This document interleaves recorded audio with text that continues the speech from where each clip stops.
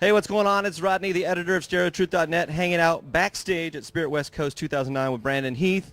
Brandon, we just want to say congratulations on your third career #1, Wait and See. What is the story behind this great song? Wait and See. Well, I'm glad you said third. Like, you're the first person to actually say that. It means I'm not a one-hit wonder anymore.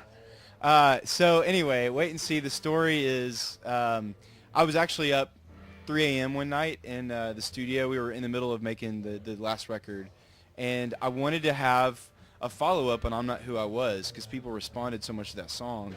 So I thought, I love that I got permission to be as honest as I wanted to be and raw, and I've seen a lot of good come out of it, so I just thought I'll just kind of tell a little story about where I come from and what I've learned. And one of the things that I've learned is that, you know, we're kind of in the middle of our story. We're not, our story isn't anywhere near being over.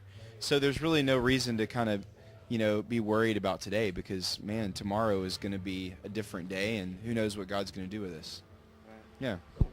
And then pinging off of that, we wanted to talk about real quick your Follow You tour. You're going to be going out on tour with Leland, Francesca. We've been talking about it at StereoTruth.net.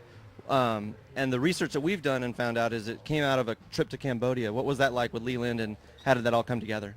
Well, the conversations about our tour really started in February of this year. We were at a Mexican restaurant.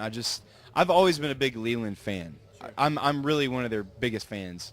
So we started talking about maybe doing a co-headline together, and it came into fruition. And then Leland played the song "Follow You" for me, and I ended up singing on it on the record. And they had already planned on going to Cambodia, so I thought, why don't I just come with you? Wow. So I didn't know anything about Cambodia. I really don't think they did either, but I know that Cambodia is one of the harder countries to get kids sponsored.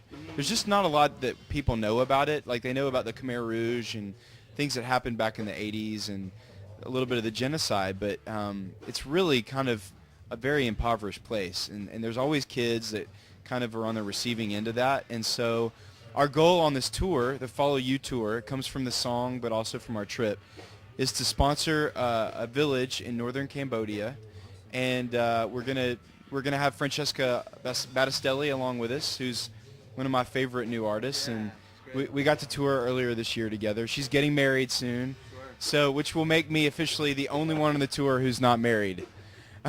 There's still hope. I'm the 17th wheel on this record.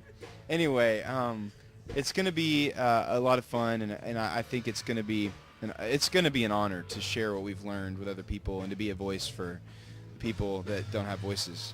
Cool. That's a great tour. You guys got to check it out this fall. It's the Follow You tour. You'll get more information at StereoTruth.net. Just check in with us all the time. Speaking of tours and being out on the road, you know, obviously our country's kind of in a tailspin. People are looking for hope and direction. And are you seeing a new face show up at your shows within the last couple months that maybe you didn't see over the years within Christian music and touring and that kind of stuff? You know, I don't know that it's always hard because you don't get people's story, their full story after a show. Sure. A lot of time you shake a hand, and I'm very relational, and I want to talk. I want to keep talking, but you can't really talk to everybody through the line.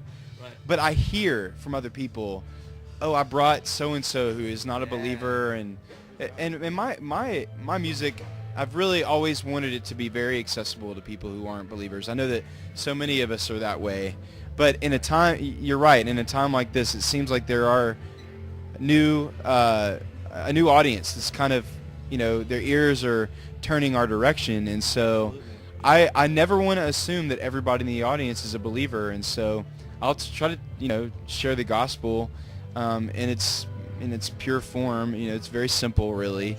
But you know, the songs hopefully will, like my testimony, will speak for itself. But yeah, I do think that more and more people outside of the faith are coming to know our music, and hopefully that will, you know, grow the kingdom a little bit bigger.